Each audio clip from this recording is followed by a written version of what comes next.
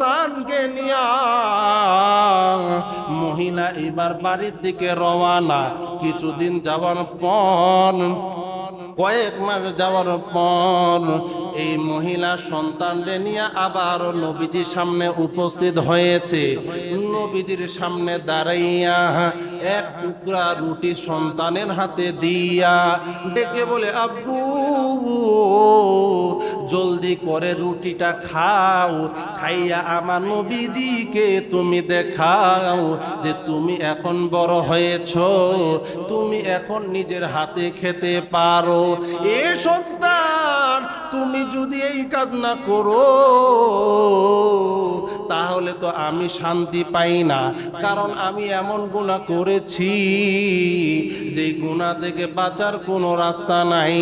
এইবার ছোট্ট সন্তান নবীজির সামনে দাঁড়াইয়া রুটি টুকরা হাতে নিয়া সুন্দর করে চাবায় চাবায় খায়। নবীজিকে ডেকে বলে, নবী গো,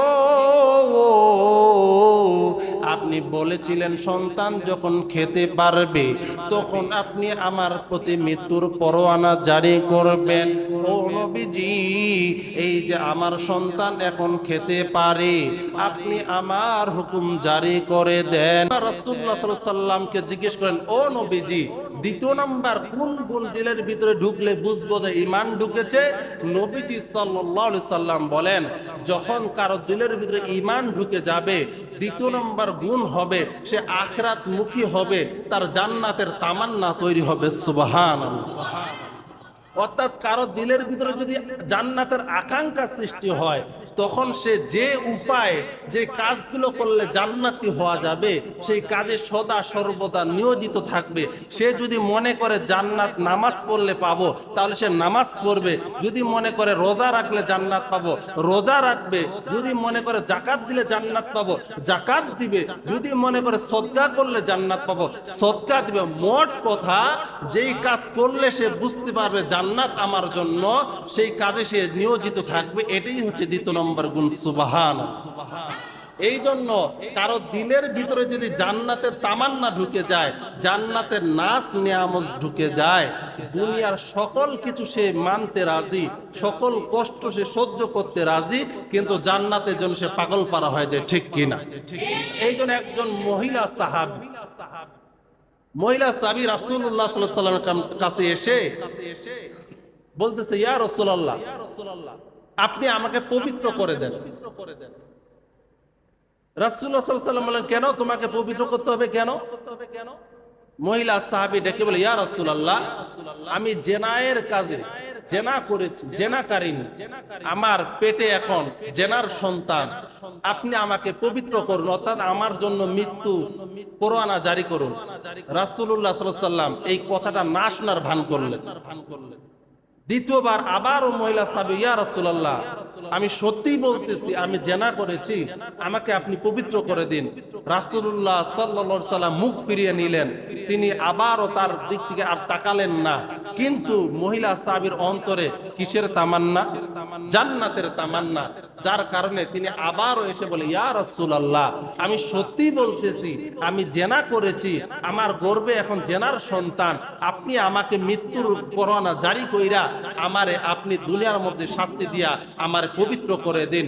রাসূলুল্লাহ সাল্লাল্লাহু আলাইহি ওয়াসাল্লাম যখন দেখলেন একবার, দুইবার, তিনবার পর্যন্ত মহিলাকে ফিরাইতে পারতেছে না, এইবার রাসূলুল্লাহ সাল্লাল্লাহু আলাইহি ওয়াসাল্লাম ডেকে বলেন, ও মহিলা, যেই তো তুমি স্বীকার করেছো তোমার গর্ভে জেনার সন্তান, ঠিক আছে, তুমি বাসায় চলে যাও, যখন এই সন্তান জন্মগ্রহণ করবে এরপরে তুমি আসিও।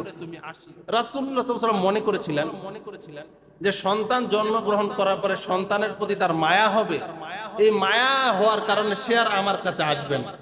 এই জন্য নবীজি বলেন, তুমি যখন সন্তান জন্মগ্রহণ করবে তখন আসি। কিন্তু সন্তানটা যখন জন্মগ্রহণ করছে, তো এই মহিলা সন্তানটার কোলে নিয়ে আবার নবীজির সামনে উপস্থিত হয়েছে। সুবহানাল্লাহ। মহিলা সাহাবী জান্নাতের তামান্না দিলের মধ্যে কেমন ঢুকে গিয়েছে। রাসূলুল্লাহ সাল্লাল্লাহু আলাইহি সাল্লাম ডেকে বলে, সাহাবীরা রে, কারো দিলের ভিতরে যদি ঈমান ঢুকে যায় তাহলে তা বিকশিত হয়ে যাবে। বিকশিত হওয়ার আলামত হইল তিনটা।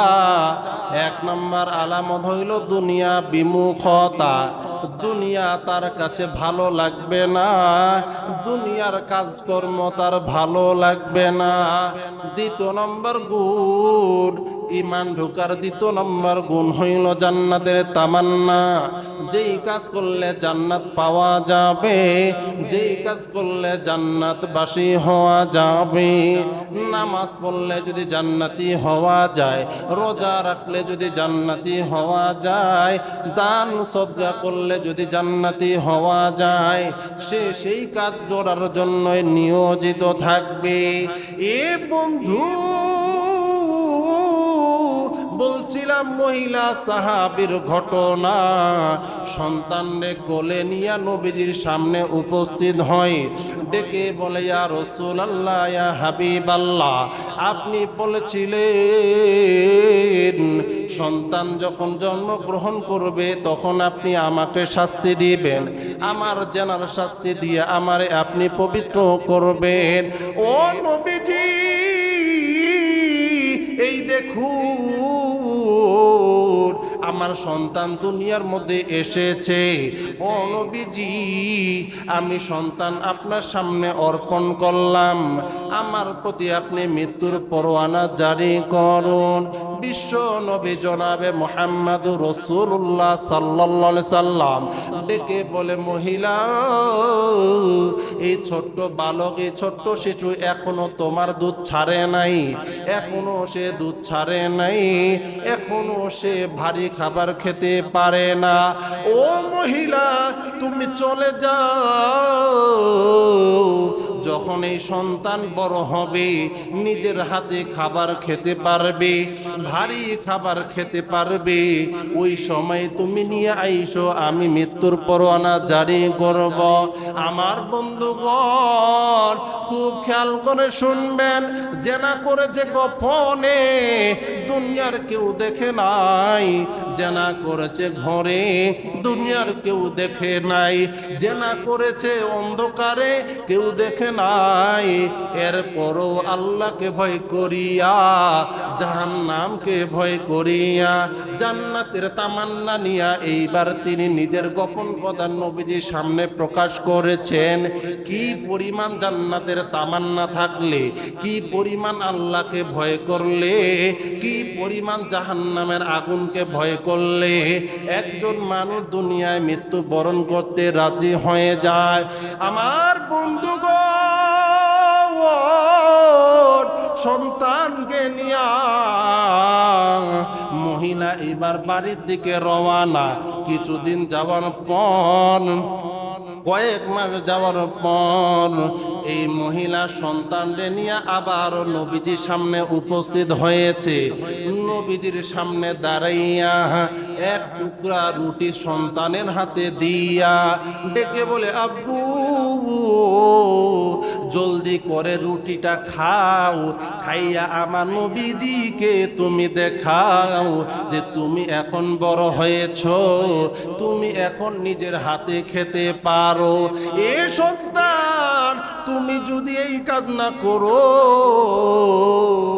তাহলে তো আমি শান্তি পাই না, কারণ আমি এমন গুনাহ করেছি যে গুনাহ থেকে বাঁচার কোনো রাস্তা নাই।